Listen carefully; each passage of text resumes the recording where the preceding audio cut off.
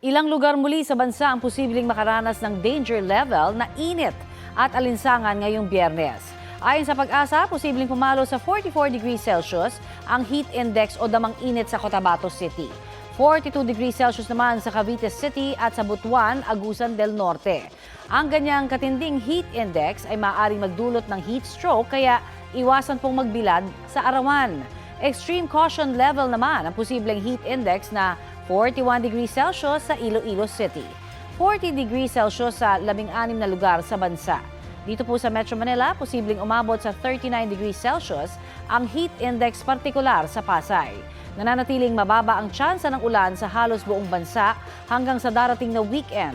Maliban po sa posibleng light to moderate rain sa ilang lugar, partikular sa Northern Luzon hanggang bukas. Habang sa Mindanao naman sa darating na linggo. Ayon sa Pag-asa, easterlies ang makakaapekto at nakakaapekto nga po sa ngayon sa may Southern Luzon kasama ang Metro Manila, Visayas at Mindanao.